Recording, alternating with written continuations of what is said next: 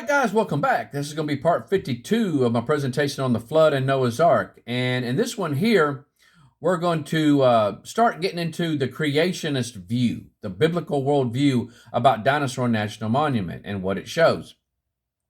And we're going to try to tackle some of the things that has been pointed out in Dinosaur National Monument and try to have an answer for it in a biblical way. Fossils from the Dinosaur National Monument quarry show a water transport and processed assemblage. And we've talked about that before, but it shows the flood. In other words, it shows evidence of the biblical flood. Whole and broken clams, dinosaurs, snails, logs, and wood fragments. The clams, which is the genus Unio, are the most common fossil. This clam, known for a weak hinge joining its two shells, normally comes undone within days of the creature's death. Fossil clams at Dinosaur National Monument are mostly disarticulated and obviously were transported along with big sauropod bones and other debris.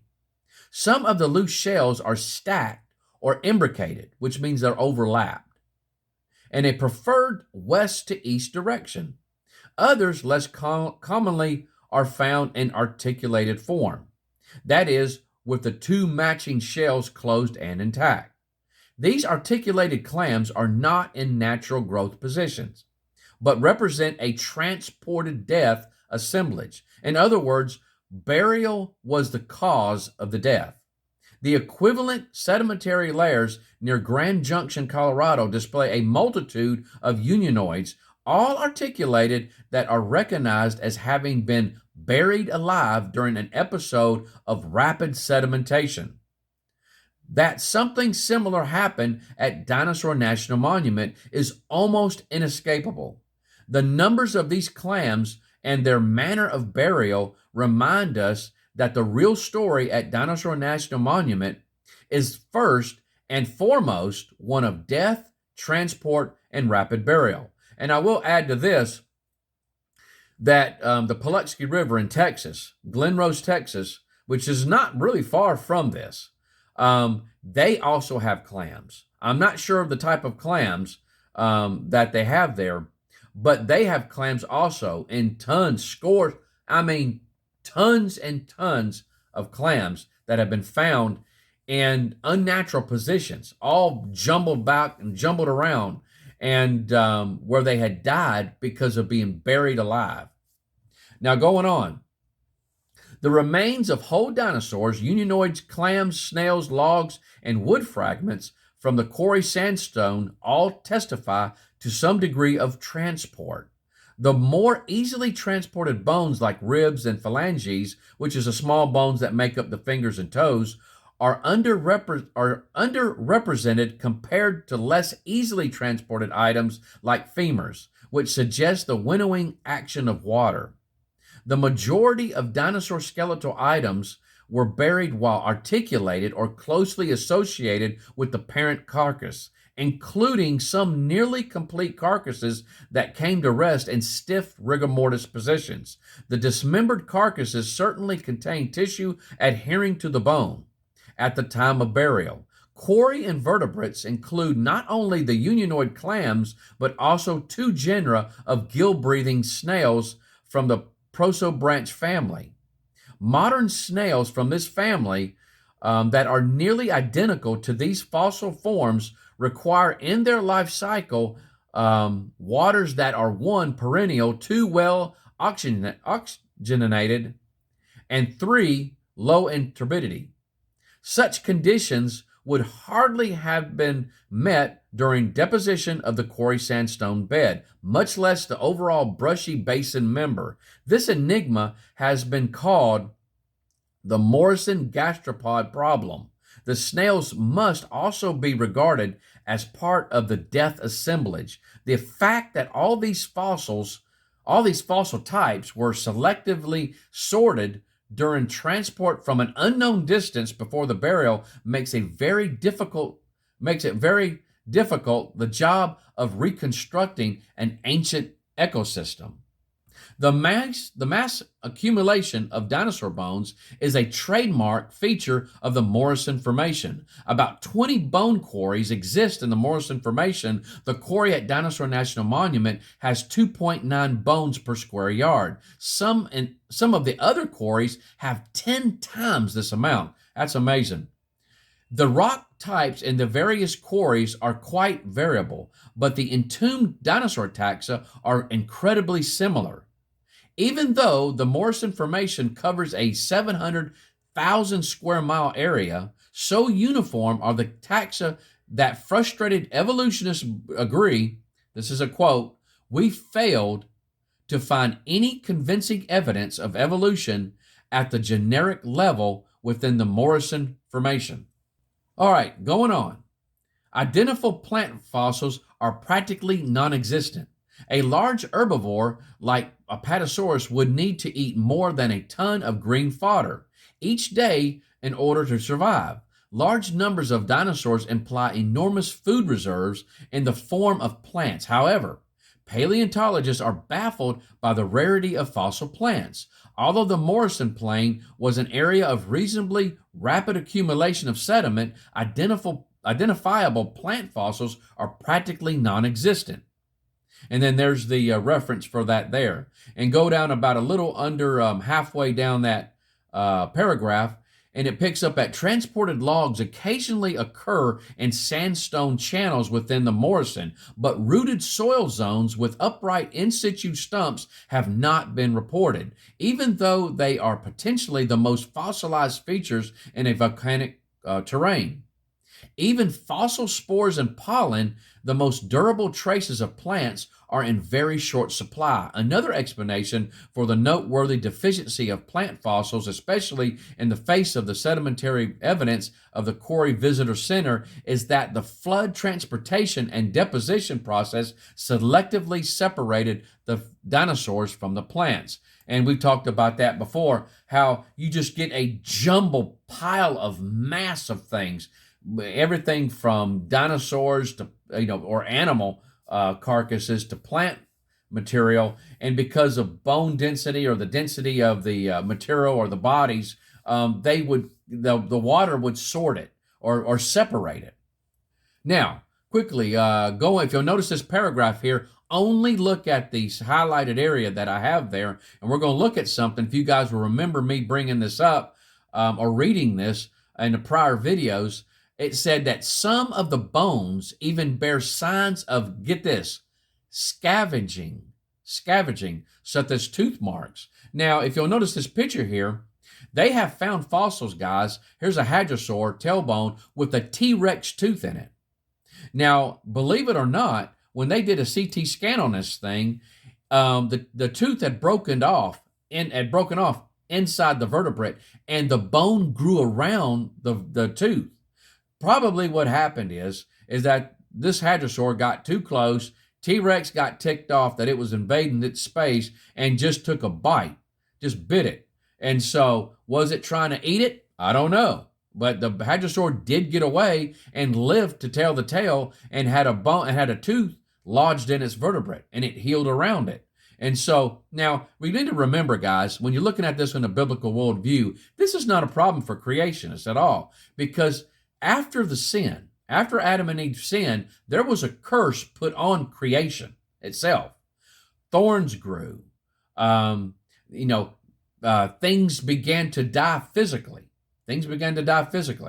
And so, there was a curse on creation. And you can see that all over. Even in other planets, they can see signs where they used to have a water environment, and now they don't anymore. It's like all creation is now ticking down like a clock.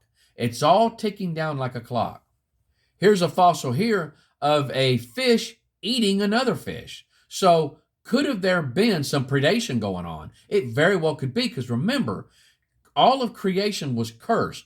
Though at the beginning of creation, they did eat all plant material. And so, again, we'll talk about that later, though.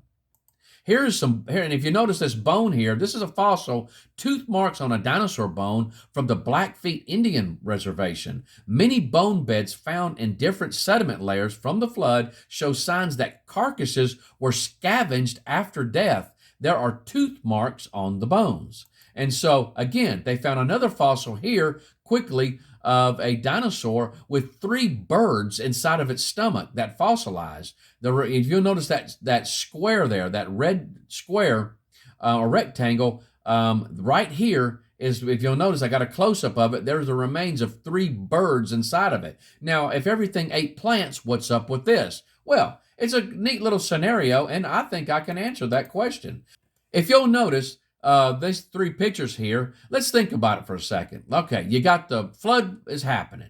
You got animals that are trying to get to higher ground. They're trying to keep away from that water. So they got about as high as they can, and here comes the water creeping up. Now they overtake the Parasaurolophus, and it gets buried by sediments, and so it's under that Brachiosaurus there. And so the Brachiosaurus and the T-Rex, it makes it. It makes it, and so, but it just so happens to bring a carcass of another dinosaur. Well, T-Rex is awful darn hungry, and so what is he going to do? Well, he's going to munch on that dinosaur. It's the only thing to eat because the food reserves are gone. And so now remember now, guys, at the time of creation, everything ate plants, humans and animals. It says right here, Genesis 1:29 through 30. And God said, Behold, I have given you every herb bearing seed, which is upon the face of all the earth, and you every tree, in the which is the fruit of a tree yielding seed. To you it shall be for meat. That means that you're to eat the plants. And it says this, listen to this, let's go to the animal life. And to every beast of the earth, and to every fowl of the air, and to every living thing that creepeth upon the earth, wherein there is life, I have given every herb for meat. And it was so. And it was so. And so there you can see that also the animal life also ate plants. Now, getting on the ark, it doesn't contradict itself.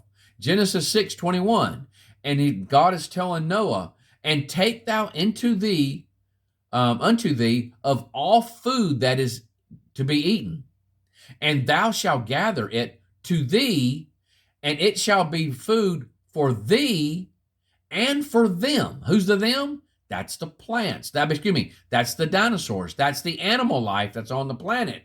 For them, they're going to eat plants too, because he says you should gather it, and it's to be food for the humans and food for the animal life. Same thing. Now, Genesis chapter 9, verses 3 through 4. Every moving thing that liveth shall be meat for you. What does it say?